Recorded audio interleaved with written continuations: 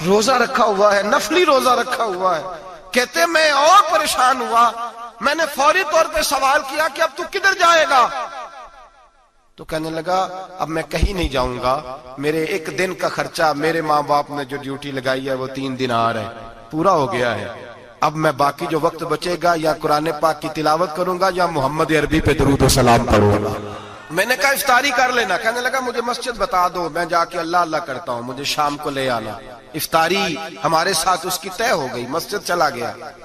مغرب بعد لینے گیا تو کہنے لگا عشاء کے بعد آنا، اب تو میں نے پانی سے افطار کر لیا، کھانا کھانے جاؤں گا تو جماعت رہ جائے گی. کہتے ہیں عشاء کے بعد میں لایا، اس کو کھانا کھلایا. رات گہری ہو گئی تو میں نے کہا تو سو نہیں جاتا؟ کہنے لگا کوئی عرض نہیں، کبھی دور مزدوری کرنے نکل جاؤں تو رہ بھی جاتا ہوں، گھر والوں کو پتا ہے. کہتے میں نے مسافر خانہ کھولا، یوں سمجھیے ڈرائنگ روم بیٹھک میں نے کھولی، اس کو سلا دیا. میں اور میری بیوی اپنی معذور بیٹی کو روٹی دینے گئے اور ہم نے جا کے اس کو کھانا کھلایا جو ٹانگوں سے معذور تھی، اور ساتھ کہا کہ بیٹی آج بڑا پرہیزگار جوان ہمارا مہمان ہے. آج چڑھتی جوانی اور تقوی کی روشنی اس کے چہرے سے چمکتی ہے. کیا بات ہے، بڑے ہی اچھے گھرانے کا تربیت یافتہ ہے. کہتے ہیں بچی کو کھانا کھلا کے لوٹے، اپنے کمرے میں سو گئے، بیٹی اپنے کمرے میں لیٹ گئی. ترس گئے تھے کہ بیٹی قدموں پہ چلے. تہجد کا وقت ہوا تو دروازے پہ دستک ہوئی. بڑی بے چینی کے ساتھ اٹھے میاں بیوی، کون ہے؟ بیٹی کی آواز آئی ابا جی دروازہ جلدی کھولیں. کہتے ہیں کلیجے پھٹنے لگے، ذہن بکھرنے لگے. سوچے ہیں کہ وہ 2-1 منٹ ہمارے اوپر پہاڑ بننے لگے. دروازہ کھولا تو وہ بیٹی جس کے لیے ترس گئے تھے کبھی چلے گی، وہ اپنی ٹانگوں پہ کھڑی ہے. کبھی دوڑ کے ادھر جاتی، کبھی دوڑ کے ادھر آتی. بیٹیاں پریشانی کا فون کر دیں تو پھر بھی آنسو نکل آتے ہیں، اور بیٹی کے گھر میں خوشی آ جائے تو پھر بھی ماں باپ رو کے ہی شکر ادا کرتے ہیں. ان کے لیے روتے ہی رہتے ہیں. کہتے میں تڑپ گیا. بیوی بھی رونے لگی، بیٹے یہ کیا ہوا؟ ہم تو مایوس ہونے لگے تھے معاذ اللہ کہ اب تو ٹھیک نہیں ہوگی، کیا ہوا؟ کہنے لگے ابا جی اماں جی آپ نے بتایا نا نیک جوان آیا ہے، نیک آیا ہے. تو میں آپ چلے گئے تو میرے دل میں خیال آیا اے اللہ اگر وہ واقعی نیک ہے تو اس کے صدقے مجھے شفائی عطا فرما دے. یا ایھا الذین آمنوا اتقوا اللہ وابتغوا الیہ الوسیلہ، اے اللہ صحت ہی دے دے. کہتے ابھی میری دعا بھی پوری نہیں ہوئی کہ میرا وجود حرکت کرنے لگا، اور یہ دیکھو میں اٹھ کے کھڑا ہو گئی ہوں. کہتے ہیں ہم لوگوں نے یہ دیکھا تو بھاگے اس کے کمرے کی جانب. جب دروازے پہ ہاتھ رکھا تو دروازہ کھل گیا. آگے گئے تو پلنگ خالی تھا، ایک رکا چھوڑ گیا ہے.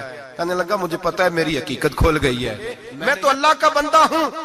اگر تمہیں مجھ سے ذرا بھی پیار ہو گیا ہے تو پھر میرے پیچھے نہ بھاگنا، اللہ کی بارگاہ میں جھک جانا، پھر گناہوں سے توبہ کر لینا. کہا وہ تربیت یافتہ جوان آیا ہے اور مجھے بدل گیا ہے. میرے بھائی ماں باپ کی ذمہ داری اولاد کو نکھارنا ہے، ان کو سنوارنا ہے. روزی روٹی کی ذمہ تو اللہ تبارک و تعالی نے لیا ہوا ہے. جو ڈیوٹی اللہ کی تھی وہ معاذ اللہ ہم نے اپنے ذمہ لے لی ہے. اولاد کو رزق حلال کی تربیت کریں، انہیں حکم دیں کہ وہ ہاتھ نہ پھیلائیں، انہیں کہیں کہ وہ محنت کر کے کھائیں، لیکن اصل تو ان کا اخلاق سنوارنا ہے. بچے ہمارے ان کی پوزیشن اتنی خراب ہو جاتی ہے، ہم لاڈ پیار میں اتنا ضدی کر لیتے ہیں. جب جس بچے کا ماں باپ کے ساتھ گزارا نہیں، بتلائیے وہ بیوی کے ساتھ گزارا کرے گا؟ جس کا ماں باپ کے ساتھ وقت نہیں گزرتا وہ بہن بھائیوں کے ساتھ گزارے گا؟ جس کا ماں باپ کے ساتھ وقت نہیں گزرتا وہ کولیگز کے ساتھ وقت گزارے گا؟ کس طرح وہ اپنے آپ کو، میرے نبی کریم سید عالم صلی اللہ علیہ وسلم نے ڈیوٹی لگائی کہ ماں باپ اپنے بچے کی تربیت کریں، انہیں اللہ سے جوڑیں. تکلیف میں وقت گزارا جناب اسماعیل نے. ایک روایت ایسی بھی ملتی ہے کہ 13 سال حضرت ابراہیم پلٹ کے گئے نہیں بیٹے کا پتہ لینے، لیکن جب بھی بیٹے نے ماں سے باپ کے بارے میں پوچھا کہ میرے والد کیوں نہیں آتے تو ماں نے ایک ہی لفظ کہا، بیٹے جناب ابراہیم اللہ کے نبی ہے اور اللہ کے حکم سے ہمیں چھوڑ گئے ہیں. ایسی تربیت، ایسی ٹریننگ بچے کے ذہن کو بدل ڈالا، اسے اللہ والا بنا لیا. اور ہمارے مفسرین نے بحث کی ہے کہ جناب اسماعیل جو اللہ کی راہ میں قربان ہونے کو تیار ہو گئے، ان کے سینے میں جو رب کریم کا اتنا پیار موجزن ہوا کہ وہ گردن کٹانے پہ تیار ہو گئے، تو فرماتے ہیں یہ تربیت جناب ہاجرہ کی تھی، یہ ٹریننگ حضرت وہ فیضان نظر تھا، یہاں کے مکتب کی کرامت تھی. سکھائے کس نے اسماعیل کو آداب فرزندی؟ میرے بھائی یہ جناب ہاجرہ نے تربیت دی. ایک بہت بڑے محدث ہیں، اتنے بڑے محدث ہیں کہ میرے نبی کریم کی مسجد نبوی میں وہ حدیث کے استاد رہے. حضرت ربیعہ بن عبد الرحمن نبی پاک کی مسجد نبوی میں حدیث کے استاد ہوئے. اور حضرت حسن بصری جو جناب علی کے شاگرد ہیں وہ بھی حضرت ربیہ کے شاگرد ہوئے. حضرت امام مالک جو 70 سال تک مدینہ اور مکہ میں حدیث پڑھاتے رہے وہ بھی حضرت ربیہ کے شاگرد ہیں. ان کے والد کا نام تھا عبد الرحمن فروغ. تاریخ بغداد میں لکھا ہے کہ بنو امیہ کے دور میں تابعین کے زمانے میں جناب عبد الرحمن بن فروغ گھر سے چلے گئے. ایک روایت ہے بچہ چھوٹا تھا, ایک روایت ہے بچہ ابھی ماں کے پیٹ میں تھا, جہاد کرنے چلے گئے. اس دور میں یہ جہاد ہوتا تھا کہ ایک علاقہ فتح کیا تو مسلمان اگلے علاقے میں چلے گئے, اگلا فتح کیا تو اگلے علاقے, ایک کے بعد دوسرے لوگ پلٹ کے نہیں آتے تھے. حضرت عبد الرحمن گئے 30,000 دینار بیوی کو دے گئے, کہنے لگے سنبھال کے رکھنا. اور جہاد کرنے نکلے تو 27 سال تک گھر ہی نہیں آئے, اور 27 سال کے بعد آئے تو حضرت ربیہ محدث بن چکے ہیں, مسجد نبی میں حدیث کے استاد ہیں, بیٹا بہت بڑا شیخ بن گیا. واپس آئے, ہاتھ میں نیزہ ہے, کالی داڑھی تھی ساری سفید ہو گئی, وجود بڑا تگڑا تھا, کمزوری آ گئی. آئے, نیزہ پکڑا ہوا ہے, گھوڑے پہ بیٹھے ہیں, مدینہ منورہ میں گھر ہے. دروازے پہ دستک دی, حضرت ربیہ نے دروازہ کھولا, اندر داخل ہونے لگے تو کہنے لگے بابا تو کدھر گھستا آ رہا ہے؟ کدھر؟ اس نے کہا تو پیچھے ہٹ, تو میرے مکان پہ کب سے قبضہ کر کے بیٹھا ہے. بات تیز ہونے لگی, آواز تھوڑی بزرگوں کی بلند ہونے لگی تو اندر سے زوجہ نے سن لیا. وہ دروازے کی اوٹ سے دیکھنے لگی تو پہچان گئی, کہنے لگی ربیہ پیچھے ہٹ جا, یہ کوئی غیر نہیں ہے, تیرے والد گرامی ہے, یہ تیرے والد ہیں. اندر آئے, باپ بیٹا ملے, عصر کی نماز کا وقت ہو گیا, بڑا روئے. 27 سال کے بعد باپ لوٹا, 27 سال کے بعد بڑے روئے. نماز کا وقت ہوا تو حضرت ربیہ جلدی سے وضو کیا, مسجد نبوی شریف چلے گئے. جناب عبد الرحمن فروغ نے ابھی کھانا وانا کھانا تھا, کھانا کھانے بیٹھے تو حکم دیکھے شوہر کیا کرتا ہے. یہ نہیں پوچھا کہ 27 سال حال کیا رہا, پوچھنے لگے میں تجھے 30,000 دینار دے گیا تھا, وہ کدھر ہے؟ تو زوجہ کہنے لگی کھانا کھا لو, عصر کی نماز پڑھ کے آؤ, پھر بتاتی ہوں پیسے کہاں ہیں, آپ کی رقم بڑی اچھی جگہ پہ محفوظ ہے. کہتے میں نماز پڑھنے مسجد گیا, عصر کی نماز کے بعد میرے نبی پاک کے منبر پر ایک نوجوان بیٹھا ہے. گھر میں تو ان کا انداز ٹوپی پہننے کا تھا نا, سادے عام لباس میں, مسجد نبی میں جبہ پہنا ہے, سر پہ امامہ ہے, خوبصورت لب و لہجے میں رسول اللہ کے منبر پر بیٹھ کر, نبی پاک کے منبر پر بیٹھ کر. پتہ نہیں آپ کو اس بات کی لذت نصیب ہو رہی ہے کہ نہیں, عام جگہ نہیں, نبی پاک کے حضور کے منبر پر بیٹھ کر نبی پاک کی حدیثیں سنا رہے ہیں. اتنا بڑا مقدر. کہتے حضرت امام مالک جیسے لوگ, خواجہ حسن بصری جیسے لوگ کاغذ قلم لے کے حدیثوں کی سماعت کر رہے ہیں, ان سے درس لے رہے ہیں. جناب عبد الرحمن کہتے ہیں میری نظر اٹھی, کچھ بوڑھا ہو گیا تھا, کچھ اس وقت وہ ٹوپی میں سادے لباس میں تھے, پہچان نہ پایا. ایک شخص سے پوچھا یار ہے تو جوان پر اس کے چہرے کی نورانیت میرے دل کو بھا گئی ہے تو جوان پر اس کا حدیثیں بیان کرنے کا انداز میری طبیعت کو گھائل کر گیا. یہ کون ہے جو نبی پاک کی مسجد میں بیٹھ کے حدیثیں بیان کر رہا ہے؟ تو کہتے ہیں امام مالک کہنے لگے بابا جی چپ کر جاؤ, ہمارے استاد کے بارے میں اونچے لب و لہجے میں بات نہ کرنا, دیکھتے نہیں کتنے کتنے لوگ بیٹھے ہوئے خاموشی سے. تو میں نے کہا مجھے بھی تو بتا دو نا ہے کون. تو کہنے لگے کوئی عبد الرحمن فروغ نام کے بزرگ ہیں, یہ ان کے بیٹے ہیں, ربیہ نام ہے. کہتے ہیں جب لفظ کہے تو میرے آنسو چھلک کے باہر آئے اور میں حضور کی مسجد میں گر گیا اور رونے لگا کہ یہاں اور میرے رسول پاک سید عالم صلی اللہ علیہ وسلم کے منبر پر اور میرا بیٹا. کہتے ہیں میں تڑپ کے گھر گیا اور گھر جا کے میں نے اپنی بیوی کو جب دیکھا تو میرے آنسو نکل گئے. میری بیوی سمجھ گئی کہ یہ میرے محدث بیٹے کو دیکھ آیا ہے. کہتے ہیں بیوی رو کے کہنے لگی میں نے آپ کے 30,000 دینار آپ کے بیٹے کو مصطفیٰ کریم کی حدیث کا استاد بنانے میں خرچ کر دیے. میں نے وہ 30,000 دینار خرچ کر دیے, 30,000 دینار آپ کا بیٹا میں نے. تو کہتے ہیں میں اپنی بیوی کی طرف دیکھنے لگا, میں نے کہا قربان جاؤں, میں اگر اللہ کے دین کے رستے میں تھا تو نے میرے ساتھ نیکی کی ہے, میرا بیٹا بھی دین کے رستے پہ لگا دیا. میرے بھائی اللہ سے جوڑا ان لوگوں نے اپنی اولادوں کو, رب کریم والا بنایا ان لوگوں نے اپنی اولادوں کو. اور پھر جب ارشاد فرمایا کہ چھوٹی چھوٹی برائی, ایک لقمہ حرام سے بھی وہ لوگ بچے. اور پھر جو آیت نمبر 18 نے کہا کہ وَلَا تُصَغِّرْ خَدَّكَ لِلنَّاسِ, بیٹے منہ پھیر پھیر کے نہ جا, پھیر پھیر کے نہ جا. اگر آپ ناراض نہ ہو تو ہم تربیت دیتے ہیں, کہتے ہیں اس بچے کے ساتھ نہ پھرا کر, یہ غریب ہے, اس کے ساتھ نہ پھرا کر. وَلَا تَمْشِ فِي الْأَرْضِ مَرَحًا, حضرت لقمان بیٹے سے کہتے ہیں منہ پھیر پھیر کے لوگوں سے بات نہ کر اور اکڑ اکڑ کے نہ چل. إِنَّ اللَّهَ لَا يُحِبُّ كُلَّ مُخْتَالٍ فَخُورٍ, اللہ کو وہ پسند ہی نہیں جو اکڑ اکڑ کے چلے اور اترائے. ابھی بھی رواج ہے کہتے ہیں دوستی لگانا تو اپنے برابر کے دوستوں سے، ایسے نہ ہو ہمارا سٹیٹس ہی نہیں، ابھی بھی وہ فرق جو تو سید بھی ہو، مرزا بھی ہو، افغان بھی ہو، تم سبھی کچھ ہو، بتاؤ کہ مسلمان بھی ہو۔ عاجزی کا درس دیا اپنی اولاد کو، عاجزی کا، ان کو ادب سکھایا، ان کو انکساری سکھائی، لوگوں کے اندر مل بیٹھنے کا درس دیا۔ جو آدمی انکساری والا ہوتا ہے، عاجزی والا ہوتا ہے، یوں سمجھو اسے شہد لگا ہوا ہے، دنیا خود اس کے پیچھے بھاگ بھاگ کے آتی ہے۔ جو سب کے ساتھ اس نے سلوک کرنے کا عادی ہوتا ہے، لوگ اس کے گرویدہ ہو جاتے ہیں۔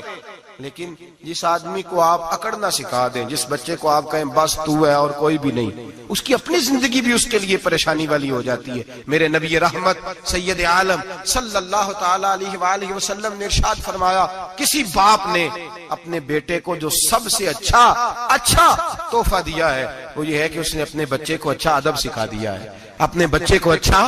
حضرت لقمان کہتے ہیں بیٹے منہ پھیر پھیر کے باتیں نہ کرنا، زمین پہ اکڑ اکڑ کے نہ چلنا، اللہ کو اکڑنے والے لوگ پسند۔ ہارون رشید نے امام نسائی کی ڈیوٹی لگائی کہ میرے بیٹے کو حدیث پڑھائے گارا آ کے، تو امام نسائی کہنے لگے یہ نبی پاک کا دین ہے، یہ میں اس کو رسوا نہیں کر سکتا، جس نے پڑھنا ہے میرے پاس آ کے پڑھے، اور جہاں سب بچے بیٹھتے ہیں وہیں پڑھے۔ ہارون رشید کہنے لگا حضور آپ کیا سمجھتے ہیں، میں نے بھی تو آپ کو آزمانے کے لیے یہ جملہ کہا تھا، یہ وہیں آ کے پڑھے گا جہاں سارے غریبوں کے بچے پڑھتے ہیں۔ اب تو روز استاد کٹہرے میں کھڑا ہوتا ہے، اسکول کے استاد کا تو مجھے نہیں پتا، پہلے مدرسے کا استاد تو روز بیچارہ ہاتھ باندھ کے چودھری صاحب نے کہنے سے میرے منڈے نو مارے تو 8000 کا مولوی ہے، اور میرا بیٹا تو 8000 کے روز گول گپے کھا جاتا ہے، میرے بیٹے کو تو نے مارا ہے، تجھے اپنی حیثیت کا پتہ ہے؟ روز استاد کٹہرے میں کھڑا ہوتا ہے۔ بچے فری میں مفت میں حافظ جی مفت میں حفظ کراتے ہیں، خدا جانے محترم کتنی مشکل سے ادارہ چلاتا ہے، اور بچے کے ماں باپ آ کہتے ہیں بلاؤ مولوی صاحب کو، اس کی طاقت کیسے ہوئی میرے بچے کو مارا ہے؟ وہ مولوی وہ جو کل دانے لینے آیا تھا وہ آج میرے بچے کو مارے گا؟ یہ رویہ ہے ہمارا۔ ہارون رشید بادشاہ نے اپنے بیٹے کو امام نسائی کے پاس پڑھنے بٹھایا۔ ایک دن حضرت کہاں لوگ کہتے ہیں بس بس بیٹا ٹھیک ہے، سیدھا سیدھا تو دین سیکھ کے آیا، ایسے کسی درویش کا مرید ہونا اور کسی عالم کی نوکری کرنا، اب تو بالکل ٹھیک ہے، پیر اساں بھی رکھے نے، یہ کہ تیرا طریقہ ہے، تو پیچھے لگ گیا ہے، یہ کس طرح کا تیرا رویہ ہے؟ ہارون رشید بادشاہ، ہارون رشید وقت کا مطلق العنان بادشاہ، امام نسائی ان کے بیٹے کے استاد ہیں، امام نسائی رحمت اللہ علیہ کے پاس بیٹا پڑھتا ہے، ہارون رشید گزر رہا تھا تو بیٹا وضو کرا رہا ہے، شہزادہ وضو کرا رہا ہے استاد جی کو، اور پیر دھلا رہا ہے۔ ہارون رشید گھوڑے سے گزرا تو اس نے دیکھا خانقاہ کے باہر، مدرسے کے باہر استاد جی وضو کر رہے ہیں اور بیٹا وضو کرا رہا ہے، سراہی پکڑی ہے، لوٹا پکڑا ہے، استاد جی پیر دھو رہے ہیں۔ ہارون رشید غصے سے اترا، ساتھ بہت سارے سپاہی تھے، انہوں نے کہا کہ یہ مولوی کو مارے گا، مولوی کو مارے گا کہ تو کس طرح میرے بیٹے سے یہ کام کاج کرا رہا ہے۔ کہتے نیچے اترے اور ہارون رشید نے جا کے نا زور سے ایک تھپڑ اپنے بیٹے کے چہرے پہ مارا۔ بیٹا کہنے لگا ابا جی میری غلطی کیا ہے؟ فرمانے لگے تجھے پتہ ہی نہیں تو کس شخص کے پاس پڑھتا ہے؟ تو پانی ڈال رہا ہے، تیرے استاد کو اپنے ہاتھوں سے اپنے پیر دھونے پڑ رہے ہیں۔ بیوقوف، ایک ہاتھ سے پانی ڈال اور دوسرے ہاتھ سے استاد کے پیر دھو، تجھے پتہ ہی نہیں کہ یہ شخص جب نبی پاک کی حدیثیں بیان کرتا ہے تو کئیوں کو مصطفیٰ کا دیدار نصیب ہو جاتا ہے۔ یہ پتہ نہیں تو کس محدث کا شاگرد ہے، ایک ہاتھ سے پیر پہ پانی ڈال دوسرے ہاتھ سے دھو، اس لیے کہ باندھ علموں جو کرے فقیری وہ کافر مرے دیوانہ ہو۔ اگر تو نے دنیا میں کامیاب ہونا ہے تو اس سے فیض علم حاصل کر، بیٹے یاد رکھ، اگر تو اس کی بارگاہ میں حاضری دے گا تو تو آگے بڑھے گا۔ حضرت عمر بن عبدالعزیز کتنا بڑا شخص ہے، ثانی عمر کہا گیا، ثانی عمر کہا گیا ان کو۔ حضرت عمر بن عبدالعزیز رحمت اللہ علیہ، حضرت صالح بن کسان ایک محدث تھے مدینے کے، ان کے شاگرد تھے۔ بچوں کو ہم آج ہی کہاں بچے ادب کرتے ہیں، ساتھ کہاں ادب کرتے؟ ایک اسٹوڈنٹ مجھے کہنے لگا جی ہم ادب کرتے تھے جب تک استاد ٹیوشن نہیں لیتے تھے، اب استاد بھی تو ٹیوشن لے کے پڑھاتے ہیں۔ اور میں نے کہا خدا کے بندے کیا دے سکتا ہے تو استاد کو؟ حضرت علی فرماتے ہیں جس نے ایک لفظ پڑھایا مجھے گلی میں کھڑا کر کے بیچ بھی سکتا ہے، تو نے قیمت کیا ڈالی ہے؟ استاد کچھ بھی کر لے، استاد نے تو استاد ہی رہنا ہے نا میرے بھائی، لیکن وہ لب و لہجہ ہمارا موجود ہے۔ مجھے ایک دفعہ میرے کالج کے لوگوں نے بلایا، کہنے لگے آپ یہاں بھی پڑھے ہوئے ہیں اور مدارس میں بھی، تو ذرا فرق بیان کرے کالج کا اور مدرسے کا، کچھ بیان کریں۔ میرے ٹیچرز بھی تھے بہت سارے، تو میں نے کہا معذرت کے ساتھ یہاں تو بڑا مشکل ہو جائے گا بات کرنا، لیکن ایک جملہ میں نے مدرسے اور کالج میں ایک فرق محسوس کیا ہے۔ ہمارا مدرسے کا طالب علم آج بھی ہمارے جوتے اٹھا کے آگے رکھتا ہے، وہ آج بھی استاد کی موٹر سائیکل کو ٹاکی مارتا ہے، آج بھی صاف کرتا ہے۔ ہمارا مدرسے کا طالب علم آج بھی استاد کو پشت نہیں کرتا، لیکن کالج کا طالب علم پوچھتا ہے اسلامی آتلا آیا ہے، انگریزی والا آیا ہے؟ میں نے کہا اس کے تو لب و لہجے میں ادب نہیں ہے۔ اس لیے میں نے دونوں جگہ وقت گزارا تو میں سمجھا ہوں بڑے حالات خراب ہیں مدرسوں میں بھی۔ اب وہ کیفیت نہیں رہی جو بزرگوں کی تھی، لیکن پھر بھی اگر ادب ہے تو مدارس میں ابھی بھی ہے، ابھی بھی خانقاہوں میں ادب ہے، یہاں ابھی بھی خیر کی توقع موجود۔ وہاں سے تو رخصت ہو گیا، وہاں تو معاملہ اور طرح کا ہو گیا الا ماشاءاللہ۔ حضرت عمر بن عبدالعزیز جناب صالح بن کیسان کے پاس پڑھتے تھے، اسٹوڈنٹ تھے، اور پھر بعد میں آپ ان کے مرید بھی ہوئے، باقاعدہ درس لیتے تھے طریقت کا۔ حضرت جناب صالح بن کیسان کے پاس تعلیم تھی، ان کے والد جناب عبدالعزیز اس وقت مصر میں بہت بڑے تاجر تھے، جناب عمر بن عبدالعزیز کے والد۔ تو ان کے پاس چھوڑ گئے، کہا میرے بیٹے کی صرف ان کو دین نہ پڑھانا، اس کی روحانی تربیت بھی کرنا۔ ایک دن استاد جی نے عصر کی نماز کا سلام پھیرا تو حضرت عمر بن عبدالعزیز کھڑے ہو گئے، ایک رکعت ان کی رہتی تھی پیچھے، تو آپ نے نماز کے بعد بلایا اور بڑے میٹھے لب و لہجے میں کہا عمر کیا بات ہے تیری ایک رکعت رہ گئی؟ تو کہنے لگے استاد جی میں کنگھی کر رہا تھا، شیشے کے آگے کھڑا تھا، تو آئینہ دیکھتے دیکھتے بال سوارتے سوارتے مجھے پتہ ہی نہیں چلا، جب آیا ہوں تو لیٹ ہو گیا۔ حضرت صالح بن کیسان رحمت اللہ علیہ نے ان کے والد کو مصر میں خط لکھا، فرمایا آپ کا بیٹا میری پوری فرما برداری نہیں کرتا، کل کو مجھے نہ کہنا تربیت صحیح نہیں ہوئی۔ آج فلاں تاریخ کو اس نے ایک رکعت پوری چھوڑ دی ہے جماعت کے ساتھ، اس لیے کہ وہ کنگھی کر رہا تھا بالوں کی، پوری رکعت چھوڑ دی ہے۔ ابا جی بہت بڑے تاجر تھے، پر انہوں نے یہ نہیں کہا کہ مولوی تو پاگل ہو گیا، اس کو تو پتہ ہی نہیں کیا ہو گیا، ابھی بچہ ہو جائے گا سیانا، کوئی بات نہیں ٹھیک ہو جائے گا۔ حضرت عبدالعزیز نے وہاں سے ایک شخص بھیجا پیسے دے کے، گھوڑا دے کے، فرمایا مدینے جاؤ، اور سیدھا مدینے آیا۔ حضرت عمر بن عبدالعزیز کو گھر سے اچکا، بلایا نہیں، زبردستی پکڑا، اچک کے گھوڑے پہ بٹھایا، حجام کی دکان پہ لے گئے، فرمایا اس کی ٹینڈ کر دو، نے بال کاٹ دیے اور بال کٹوا کے سیدھے حضرت صالح بن کیسان کے پاس لے گئے، کہنے لگے حضور یہ کھاتا ہے اس کے والد کا، میں نے اس کی ٹینڈ کرا دی ہے، جس بالوں کی وجہ سے اس کی جماعت رہ گئی تھی میں نے وہ بال ہی ختم کر دیے۔ تو اس کے والد کہتے ہیں آپ ذرا سے بھی بات، ایک ذرہ برابر بھی بچے کے اندر ہم کوتاہی برداشت، ہم اسے سنوارنا چاہتے ہیں، معاشرے کو دینا چاہتے ہیں، ہم ایک خوبصورت انسان بنانا چاہتے ہیں۔ تو حضرت لقمان کہنے لگے بیٹے تو چہرہ رخسار بدل کے لوگوں سے بات نہ کر، اکڑ کے نہ چل، اس لیے کہ اللہ کو اکڑنے والے پسند۔ تو کیا کر وقصد فی مشیک وغضض من صوتک، درمیانی چال چل، آواز کو پست رکھ۔ ہم اپنے بچوں کو میانہ روی کا درس نہیں دیتے۔ اگر کسی کے پاس بہت زیادہ پیسے ہیں تو وہ بس کہتا ہے میرا بیٹا، میں نے سارے لاڈ دیکھے ہیں، میں نے ہر خواہش پوری کی ہے، یہ تو کوئی عقل مندی کی بات نہیں۔ ضرور خواہشات پوری کریں، اگر ہیں تو کنجوسی کرنے سے منع کیا ہے نبی پاک صلی اللہ علیہ وسلم، لیکن بچے کو معتدل رکھیں، اسے دھوپ اور چھاؤں دونوں کا پتہ ہونا چاہیے۔